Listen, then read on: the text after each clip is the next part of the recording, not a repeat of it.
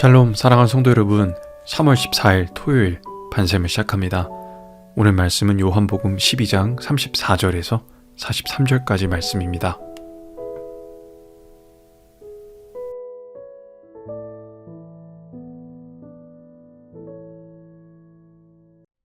이에 무리가 대답하되 우리는 율법에서 그리스도가 영원히 계신다 함을 들었거늘 너는 어찌하여 인자가 들려야 하리라 하느냐? 이 인자는 누구냐? 아직 잠시 동안 빛이 너희 중에 있으니 빛이 있을 동안에 다녀 어둠에 붙잡히지 않게 하라. 어둠에 다니는 자는 그 가는 곳을 알지 못하느니라. 너희에게 아직 빛이 있을 동안에 빛을 믿으라. 그리하면 빛의 아들이 되리라. 예수께서 이 말씀을 하시고 그들을 떠나가서 숨으시니라. 이렇게 많은 표적을 그들 앞에서 행하셨으나 그를 믿지 아니하니 이는 선지자 이사야의 말씀을 이루려 하심이라.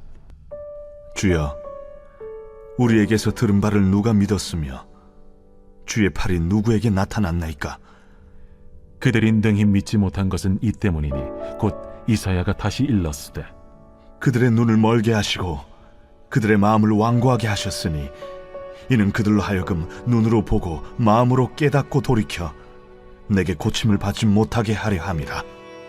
이사야가 이렇게 말한 것은 주의 영광을 보고 주를 가리켜 말한 것이라.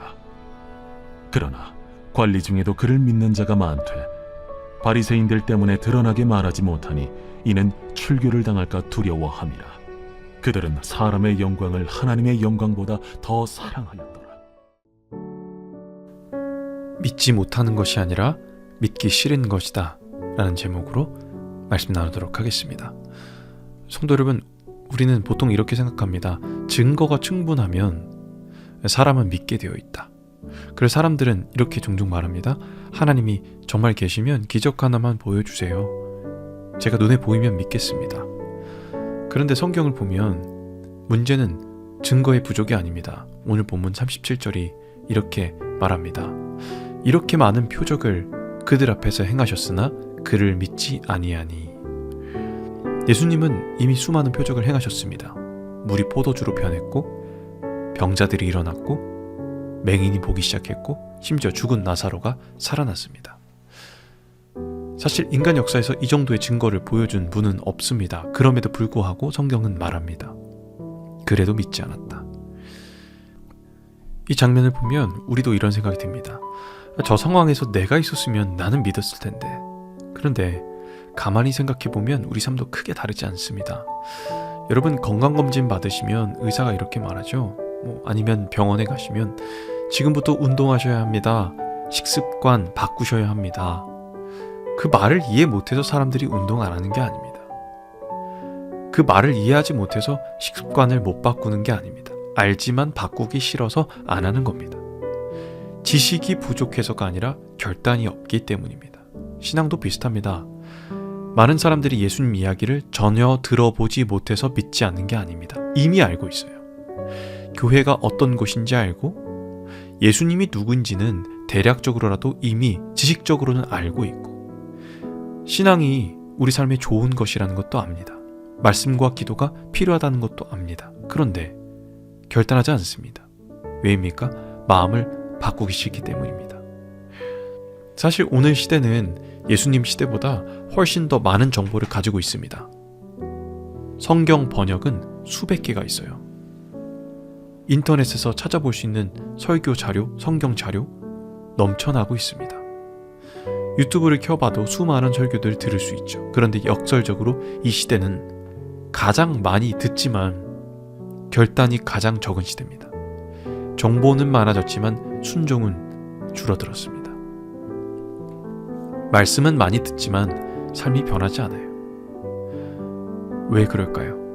문제는 증거가 부족한 게 아니라 마음이 닫혀 있는 겁니다. 그래서 오늘 본문은 우리에게 가장 중요한 질문을 던집니다. 왜 사람들은 이렇게 많은 표적을 보고도 믿지 못할까? 그런데 더 중요한 질문이 있습니다. 나는 지금 어떤 마음으로 하나님 앞에 서 있는가? 오늘 말씀을 통해 사람의 마음이 왜 굳어지는지 그리고 진짜 믿음은 무엇인지 살펴보려고 합니다. 자, 37절을 제가 다시 읽어보겠습니다. 이렇게 많은 표적을 그들 앞에서 행하셨으나 그를 믿지 아니하니. 여기서 표적이라는 단어는 헬라어로 세메이온입니다. 이 단어는 단순히 기적을 말하지 않습니다. 어떤 사실을 가리키는 표식이나 표지판이라는 의미입니다. 요한복음에서 예수님의 기적은 단순히 사람들을 놀라게 하는 능력의 사건이 아닙니다. 모든 표적은, 모든 기적은 예수님이 누군지를 보여주는 표지판입니다. 예를 들어 요한복음에서 물이 포도주로 변하게 합니다. 이 말은 무엇입니까? 예수님은 우리의 정체성을 바꾸시는 분이라는 겁니다.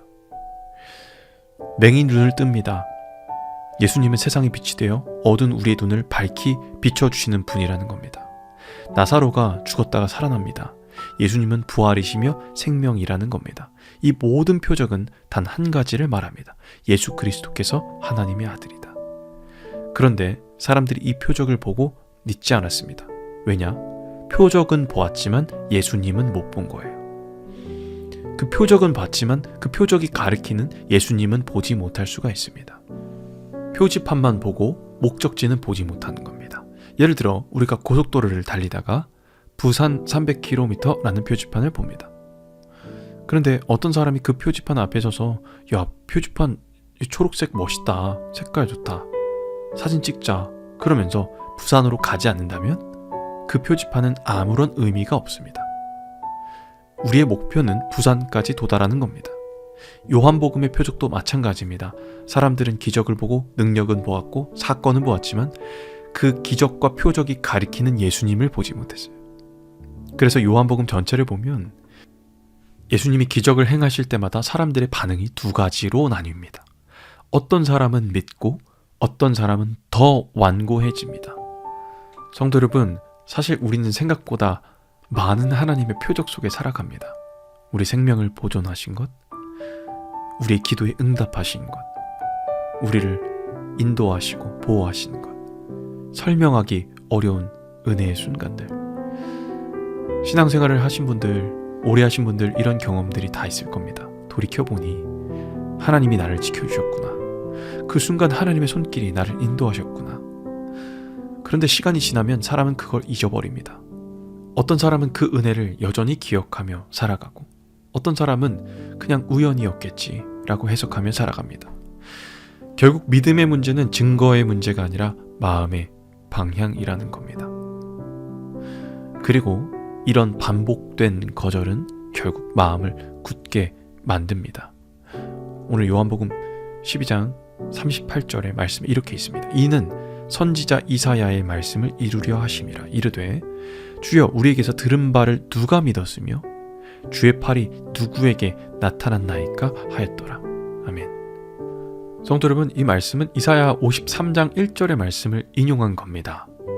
이사야 53장은 메시아가 오실 것을 예언하는 매우 중요한 장입니다. 그런데 그 장의 시작이 이렇게 시작합니다. 누가 믿었는가? 이사야는 이미 예언한 거예요. 메시아가 와도 많은 사람들이 믿지 않을 거다. 왜냐하면 사람들이 기대하는 메시아와 하나님이 보내시는 메시아가 다르기 때문입니다. 그리고 39절에서 40절에 보면 더욱더 사람들의 마음이 완고해집니다.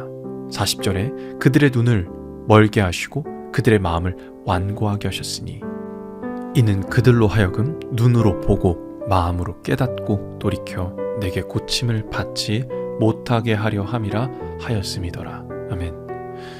여러분, 이 구절만 보면 하나님이 일부러 사람들을 믿지 못하게 하신 것처럼 들립니다. 하지만 성경 전체의 흐름을 보면 하나님이 일부러 사람들을 믿지 못하게 하신 게 아니라 사람들의 반복된 거절의 결과입니다. 사람이 빛을 계속 거절하면 결국 마음이 굳어집니다. 여러분, 우리 근육을 사용하지 않으면 우리 근육은, 우리 몸은 점점 더 굳어져 갑니다. 처음에는 말씀이 들립니다. 마음이 찔리고 우리 마음이 반응합니다. 그런데 계속 거절하다 보면 덜 느끼고 덜 반응하고 나중에는 아무 감각도 없어집니다. 성경은 이것을 마음의 완고함이라고 합니다. 성도 여러분, 우리는 말씀을 미루면 안 됩니다. 신앙에서 가장 위험한 말이 있습니다. 나중에 하겠습니다. 나중에 믿겠습니다. 시간 되면 하겠습니다. 조금 더 생각해 보겠습니다. 이 말이 반복되면 사람의 마음은 점점 굳어집니다. 여러분, 신앙은 언젠가 나중에 하는 게 아닙니다. 지금 반응하는 겁니다. 성도 여러분, 많은 표적을 보고도 믿지 않는 사람들이 있습니다. 그리고 그렇게 말씀을 반복해서 거절하면 마음이 굳어집니다. 결국 믿음의 문제는 지식의 문제가 아니라 마음의 문제, 사랑의 문제입니다. 왜냐하면 오늘 요한복음 12장 43절 마지막 말씀에 뭐라고 말씀합니까? 그들은 사람의 영광을 하나님의 영광보다 더 사랑하였더라. 사랑의 문제입니다. 우리가 무엇을 더 사랑하느냐가 우리 삶을 결정합니다. 사람들이 어떻게 생각할지 고민하고 사람들이 인정하는 길을 선택하고 사람들이 박수치는 방향으로 움직이면 사람의 영광을 사랑하는 겁니다. 우리는 하나님을 만나지 않으면 그냥 사람의 영광을 따라 살아갈 수밖에 없는 존재입니다. 하지만 하나님의 영광을 사랑하면 삶의 기준이 달라집니다. 하나님이 내 삶을 보신다는 것을 기억합니다. 사람들이 인정하지 않아도 하나님이 기뻐하시면 기꺼이 그 길을 선택합니다. 성도 여러분, 사람의 영광은 잠깐입니다. 사람의 박수는 금방 사라집니다. 그런데 하나님의 영광은 영원합니다. 여러분, 누구의 영광을 위해 사실 겁니까? 하나님의 영광입니까? 사람의 영광입니까? 우리 모든 시선이 하나님의 영광을 선택하며 진짜 믿음을 가지고 하나님과 함께 살아가신 여러분 다 되시기를 주님의 이름으로 축복합니다. 우리 들은 말씀 기억하며 함께 기도하겠습니다.